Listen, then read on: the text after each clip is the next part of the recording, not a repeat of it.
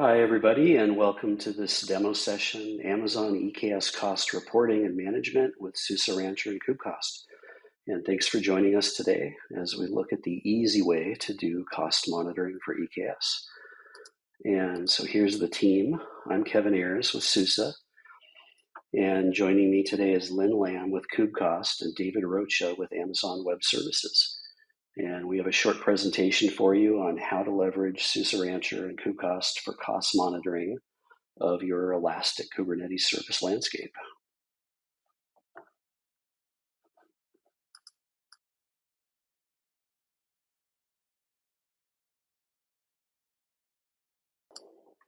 I'll go through the agenda very briefly. We're going to discuss SUSE Rancher Prime on the AWS Marketplace and then deploy Kubecost for EKS from Rancher and observe some of the cost monitoring that's possible for the EKS landscape. So let's get started. So whenever you're deploying EKS distro, EKS anywhere on VMware or bare metal, or have your whole EKS estate hosted by Amazon across multiple geographies and accounts, Rancher certainly gives you a single administration point for lifecycle management, security, compliance, and monitoring. Rancher lets you easily migrate applications between clusters and different geos, across accounts, across AWS control tower organizations, or even between on-premise and hosted clusters. Rancher ties your whole Kubernetes landscape together under a single roof with a single pane of glass. Now, Kubecost gives you visibility into your Kubernetes landscape and provides reporting and alerting to help you preserve your budget, identify waste, and predict spend so that you can make more appropriate business decisions going forward. And just to talk briefly about SUSE Rancher, okay, Rancher is a complete software stack for teams adopting containers or for those well down the path and trying to tame their existing container sprawl. It addresses the operational and security challenges of managing multiple Kubernetes clusters while providing DevOps teams with integrated tools for running containerized workloads. And it takes the weight of Kubernetes administration off of your admins and developers so that they can get on with their jobs. Rancher is an open source project, as you know, and it can be run on any cluster for free. It's Kubernetes native and deploys directly onto EKS or any standard Linux node or VM or even into Docker with just a few commands. Now, SUSE and AWS also publish a marketplace offering which auto-deploys a highly available Rancher running on an EKS cluster. And we'll talk about that in just a minute. Rancher ultimately enables Kubernetes as a service that can be consumed by developers, admins, and managers so that they can get on with their real jobs. And adding SUSE's support to Rancher enables Rancher Prime. Our aim for Rancher Prime is to deliver the world's most secure multi-cluster Kubernetes management environment to our enterprise customers. And today, Rancher Prime adds value to our white glove support and professional services by enabling customers to get software assets directly from the SUSE Secure Registry, rather than free and open source public endpoints like Docker Hub, as well as many other features. If we look at the full stack SLA on the next slide, we see that Rancher Prime also provides, can we go to the next slide there? Thanks. We see that Rancher Prime also provides an enterprise service level agreement, not just for Rancher Kubernetes, but all of the open source components that make up the Rancher Prime SLA stack. And these include application management, observability tools, container security, networking and service mesh. And we also work with our Rancher Ready partners to certify a seamless integration of their respective platforms. Kubecost and Amazon EKS are examples of this. And we'll talk about Rancher setup on the next page.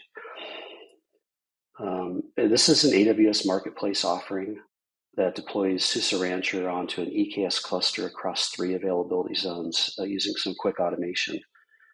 And the broad strokes of that are you launch the marketplace offering, which deploys an automation node, and in turn gives you some Rancher and EKS deployment options for your management cluster. And this is also where you can subscribe to support and pick up world-class SUSE support now for your Rancher environment as well. Yeah, let's look at the architectural overview of this.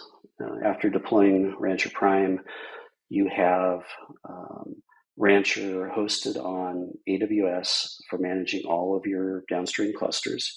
You can use this deployment to migrate applications like Kubecost from anywhere to EKS or from one EKS geography to another, or back and forth across your hybrid landscape. And now David's actually going to walk you through the architecture for cost monitoring with Kubecost. Yep, I could do that. So before I start, I want to point out that Amazon EKS customers can deploy an EKS optimized bundle of Kubecost and receive Kubecost troubleshooting support while only paying for the AWS resources to run the software. Additionally, we are showing you a high-level diagram of Amazon EKS cluster, right? We're not showing you all of those components like two availability zones or multiple ENI adapters.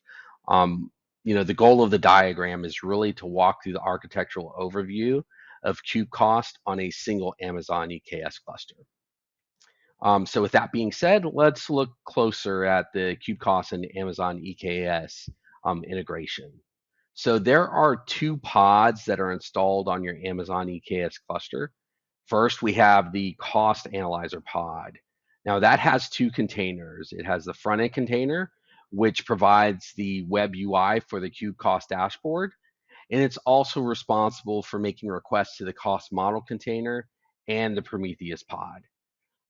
Just below the front end container in the diagram is the cost model container. And it's responsible for doing all of the cost calculations by performing AWS pricing API calls so that it can ingest the pricing information for your Amazon EKS cluster. And we have the Prometheus pod, and it's at the bottom of the diagram. Now, it retrieves information about your cluster by sending sending scrape requests to your Amazon EKS cluster. It then parses and stores those metrics to make them available for Cost Analyzer Pod. So let's look at step one in the diagram. We have two options. With option one, we have the cost model container, which ingests the AWS public pricing data, and this is the default behavior. With option two, you can reconcile with AWS cost and usage report data that is specific to your account. So if your account has enterprise discount programs, saving plans, or they use spot instances, you can choose to integrate with the AWS cost and usage report data for more accurate cost analysis. Lastly, when you access KubeCost, you will be connected through an application load balancer. I do want to point out that you authenticate your users' access to KubeCost by either using an Nginx ingress controller or Amazon Cognito. And with that being said, I hope you gained some understanding about the overview on cost monitoring for EKS customers. And I'll turn it over to Lynn for the demo. Thank you, David. So for the demo purpose, I already installed Rancher on my Amazon EKS cluster, and you can see on the screen right now is the Rancher consoles. And inside your Rancher consoles, you can discover the partner tracks or Kubecost by click on Apps and then click on Tracks. And as a feature partner of Rancher SUSE Rancher, Kubecost, you can easily to find Kubecost installation or Kubecost track on top of the tracks page here. So click on Kubecost. This will take you to the next page where you can find more information about this track and the version that you can install via Rancher. So click on install to move to the next step. And on this page, you can select the namespace and the name of the installation. So for the demo purpose, I will keep it as default here. And we will customize the hem option in order to utilize the optimized configuration and specific Amazon image that Kubecost built for Amazon EKS cluster. Click on next. On this page, you can choose your cluster name. I will select Kubecost here. And in order to use the specific image and configuration that Kubecost built for Amazon EKS cluster specifically, you can click on this checkbox, Amazon EKS cluster, and then replace the default image by the specific image that hosted on Amazon ESA Public Gallery. Replace the one of the images here. You can just copy and paste. All right then click next to move to the next step. On this step, you can customize further. I will just keep it default here for the demo purpose. And then click install. It will take a couple of seconds before for uh, Rancher to configure everything and then start installing Kubecost.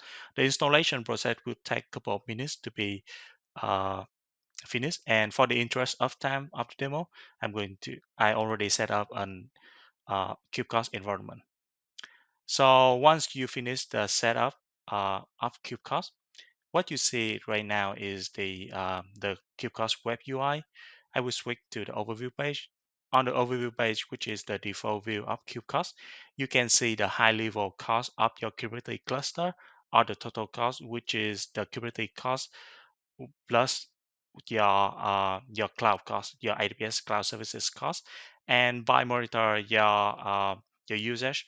Kubecost also give you some recommendation that you can apply, and this is the high level cost that you can save if you apply those recommendation. And Kubecost also tell you the cluster efficiencies or give you the cluster efficiencies score that help you to understand the utilization of your container workload running inside your Kubernetes cluster. And by default, Kubecost breakdown gives you the high-level cost breakdown by each cluster. And you can see there are multiple clusters here that being monitored by Kubecost. And as of June 15, Kubecost had the integration with Amazon Managed Prometheus that allow you to manage multiple cluster in under a single pane of glass. And this demo has this type setup, so that's why you can see the multiple cluster cost here. And Kubecost also gives you the trending cost over time, so you can see better, how the cost, uh, you know, incur over the time for different cluster monitoring by Kubecost and as well as the cluster efficiencies.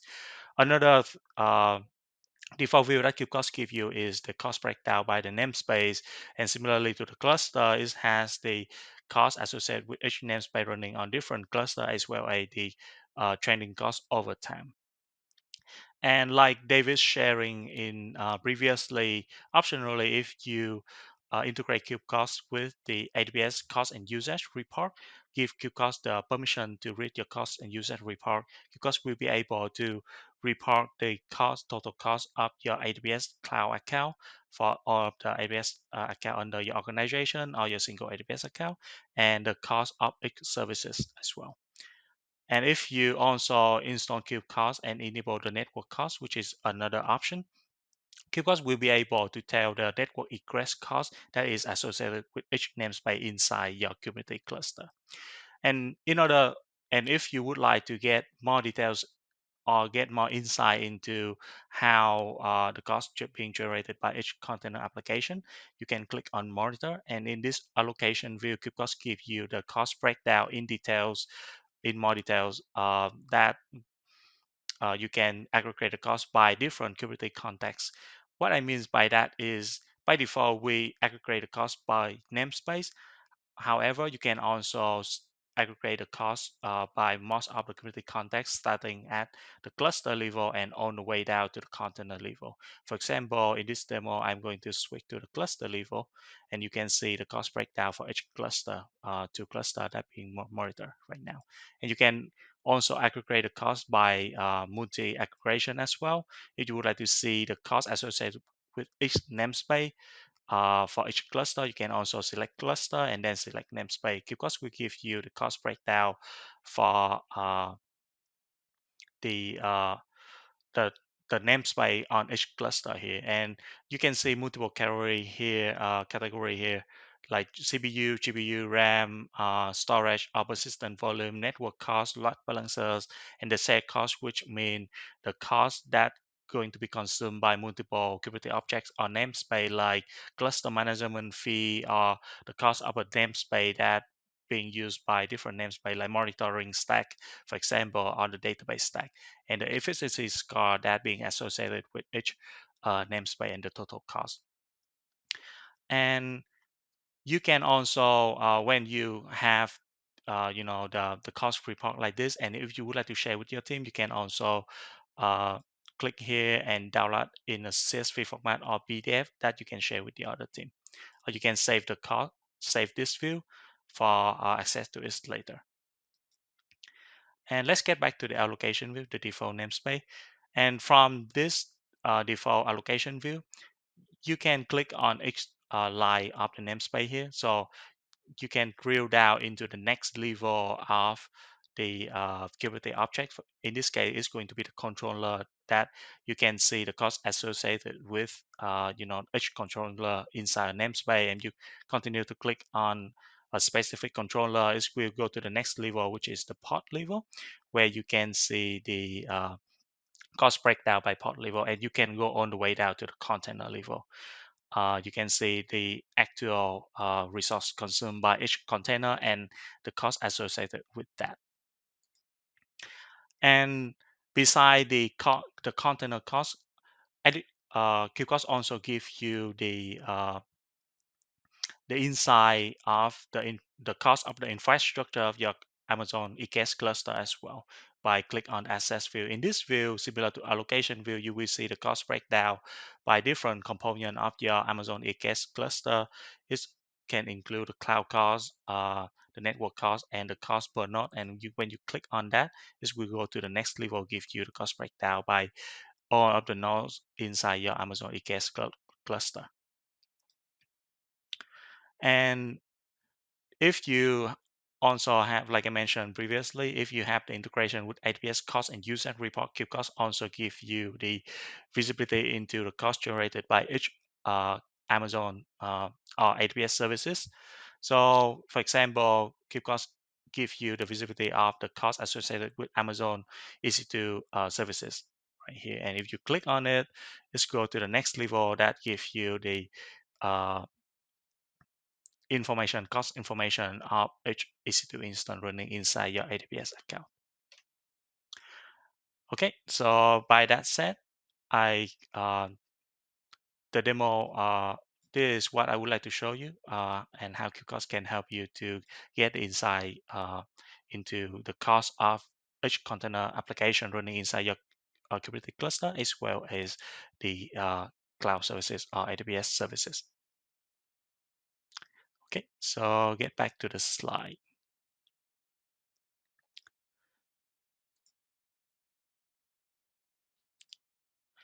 And here I would like to share with you the more information of the Kubecost and where you can find more information of the Kubecost. So you can find more information on our website, kubecost.com.